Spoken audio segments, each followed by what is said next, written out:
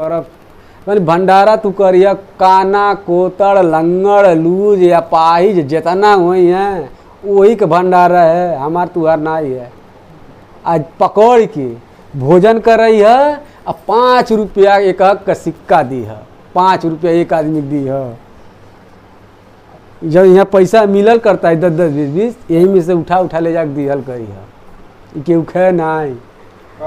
तो करे बाद कहना ठीक बा अब तवन भंडारा पर लगा दियली।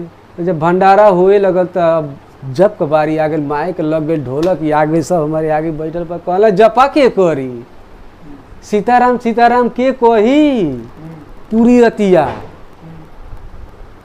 कहली मर्दे स्वामी इतना भीख मांग सकीला, हूँ से माइक मांग सकीला, आई जप नहीं कह सकीला, हम करब जप।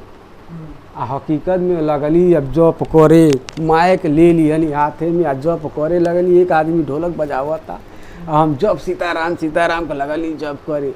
सब केहू 9-10 बजत 11 बजत सब खत्म हुआ, केहू नहीं बा। कतवारू बाटे आ गोसैया बा, यह 3-4 मिला बाटी सब जप करत हैं।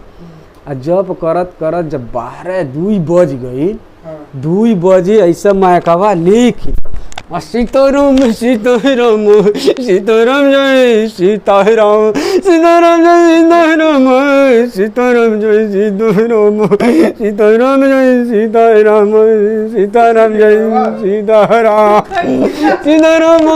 सीताराम सीताराम जय सीताराम सीताराम जय सीताराम सीताराम सीताराम सीताराम सीताराम सीताराम जय।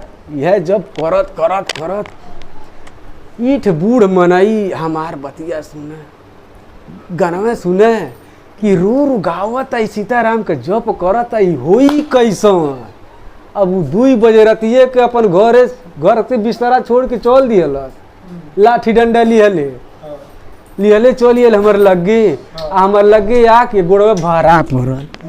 गोड़वा ऐसा मुड़ के बैठल रही यही तरह बैठल हैं। आया कि गुड़वे भाड़ा पर सोचल थैलिया में से 150 होखे तो निकाल के गुड़वा धो ली ये लइकवा के। ओकरे बाद तब कौन बात होई, 5 के सिक्का वही थैली में से निकल वह धो के हमार जे गुड़वा भलती हवा पकड़ ले करी हमार गोड़ न धर। अरे हऊ बाटे भोलेनाथ के गोड़ धर, जे पूरा जग के जीती है मालिक है उनकर गोड़ धर। तो कहता बाबू ठीक है कोनो बात नहीं। अब वह कहले बाबू कौन विपद पड़ल बा तुहरे, ऐसन तू करत तारा कौन विपद पड़ल बा, काहे सीताराम के जप करत हव। कहनी ऐसा ही करत हैं। ओकरे बाद अब 4 बज गई, जब करत 4 बज गए भी सहारा आ हमके लग गए मैदान। कहनी अब जाई मैदान हो जल्दी पुलवा नहीं बा, वो जल रही पुले के तनी और मरे जन पनिया नहीं बा, वही पड़ो एक पानी के लगे पहुँचली, वही हगली आ के वही पड़ो एक पानी के गाड़ी धोली आ धो के कहनी ऐसे नापाक नहीं हो, काहे पूजा करे बा। आ तड़ाक दी वह नहाइली आ जीव नहा के करे वो तुरंत बनल एक ठिया धरा के आगे मरते हैं। तो सामने पुलिस आ जबले पियर तबले कुछ बोलने ना आई, पुलिस अभी कुछ नहीं बोलने। आ जो ने सुइया आई लल ओकर नज़र हमार नज़र मिल गई।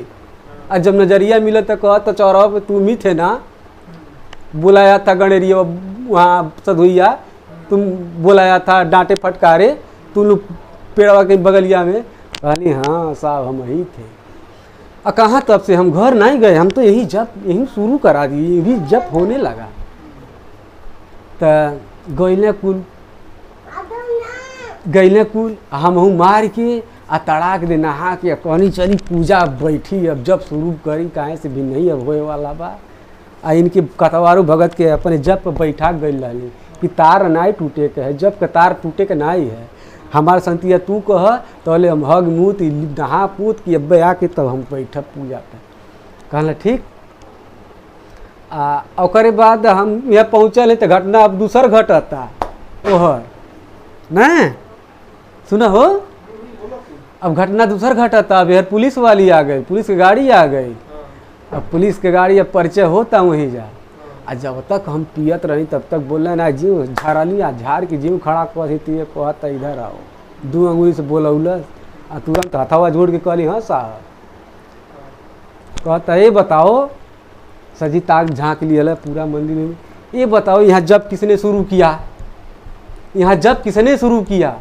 कहली सरकार हाँ। कहला तुम अभी लवंडी आदमी, तुम ही शुरू कर? हाँ।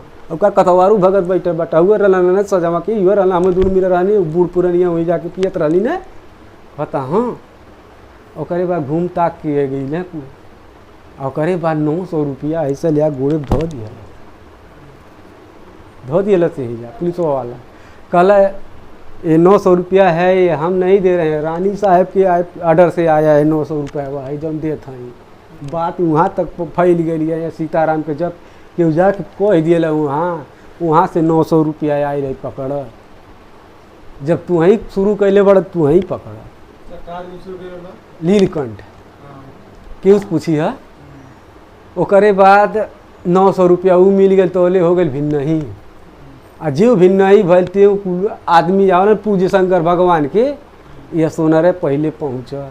पूछिए सोनरा से कि हाई गुड्डू गोड़ धैले हवा वहाँ, बताई कि हाँ।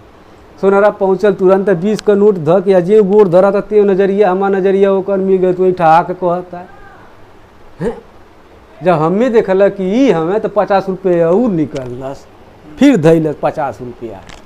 जब हमें देखलस तो उहो ले लिहली। ओकरे बाद 10-10 20-20 10-10 20-20 लगल गिरे आगे, अन्ना पैसा गंज गए। और बाद जब गंज गए 9-10 बज गए तब जाके उनके कतवारू भगत के और साधु 2-4 जुटे गए, तब उन लोगन के बैठा दिली। कही अब पूजा यहाँ लोगन करा, पूजा यहाँ करा। अब ये लोग पूजा लगल करे। कहली भैया अब हम साधु ना आई, हमारे 4 लड़के बाटे घोरे हम साधु ना आई, हम जाती घोरे। तो कतवारू कहत मैं ऐसा है हमारे 50 रुपया गांजवा ले अइह तब जइह, हला पैसा ले ला। और 50 रुपया में देते हमें गांजा ले आए के। और करे बाद उनसे हम का ले पैसा, जब हमारे लगे मात रुपया बा तो यही में से ले आके नहीं ले दे दे। हम ये सोचली कहीं इनकर पैसा ले हम अपने खरीद के ले दे देव इनके, तो इनके पैसा नहीं ले ली और उनके ले आके खरीद के दे के। और बाद कहली अब भैया जाती घरे, हम साधु नहीं हम नहीं लोगों साधु बना देब। तो कहत हमें अरे मर्दवा स्वामी कुल जब रात भर जब तू कैल तुहरे चलते पुलिस ही आ गई, तो तू हसे बड़का साधु ये जग में कौन बा? जब जप तू ही कैल, कुल भंडारो तू ही कैल, भिखियो मांग के तू ही ले ल, तो तू हसे बड़का साधु यहाँ कौन बा? तो कहत हम कहली तो का कही चलो भैया अब तो 12-13 घंटा साधुगिरी कैली, आ बिनहियों साधुगिरी कैली, अब हम साधु ना हम जाती अब घरे। हमारे 4 लड़के बाल बच्चे बाढ़, हम जाते अपने लड़कन में।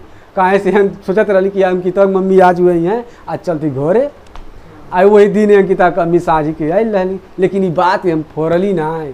आ वही दिन अली, आ वही दिन से बुखार लगल हमें। आ गटैया पूरा जाम, आई गटैया देहिया फाटक ये फटबे नहीं करे। रात भर गौले रही, पूरा गटैया बैठ गई रहल।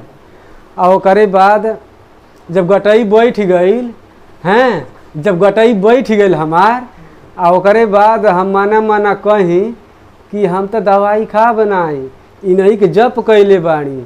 आई हमारी लगी कुछ हमारे लिए अगर कुछ नहीं करी है तो इनके पत्थर समझब, इनके समझब नहीं, मारब लाते से ओहर चल जाइए। ऐसा शंकर भगवान चाहे वैसा जप ऐसे फेंक ही डारब, नहीं तो हमार ठीक करे, हमार बीमारी हमार बुखार ठीक करे, हमार गटई ठीक करे। आ देख उहे आशीर्वाद लगल। साँझिक दवाई वही नहीं खैली, वैसे सूत गईली, एक घर की बतौली नहीं। अभी नहीं भर फर्स्ट क्लास का हमार देह सही हो गई। खाता खत्म नहीं ओकरे